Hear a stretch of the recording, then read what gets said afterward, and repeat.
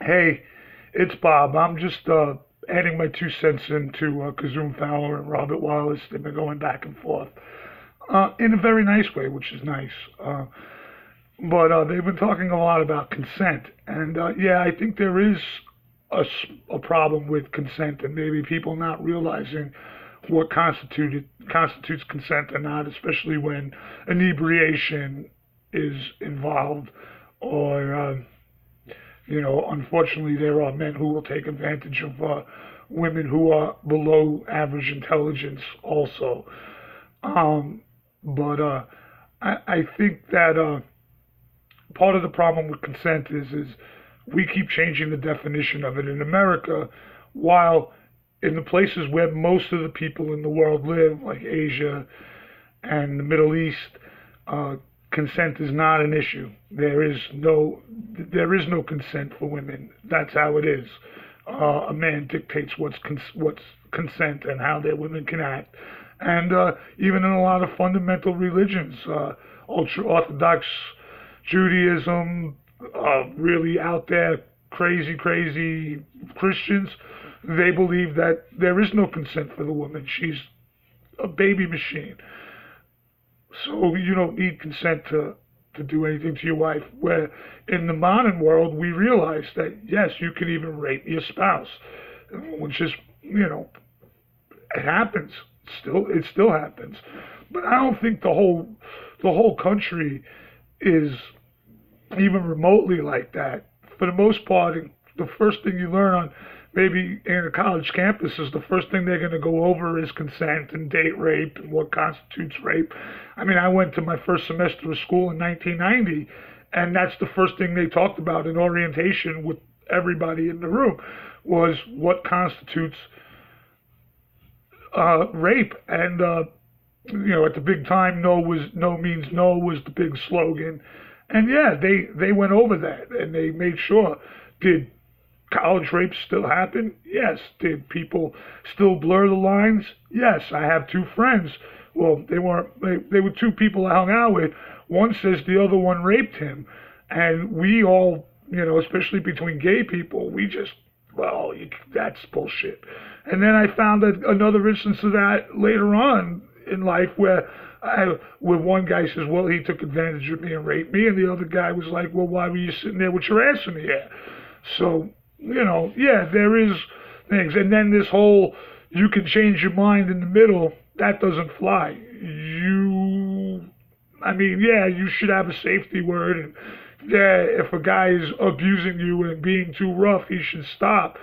But because you feel like you were staring at the wall and it wasn't enjoyable, then that's not rape. That's you just weren't having a good time. People have bad sex and it's not rape. And I know that's going to sound very callous, but there's a big difference, you know.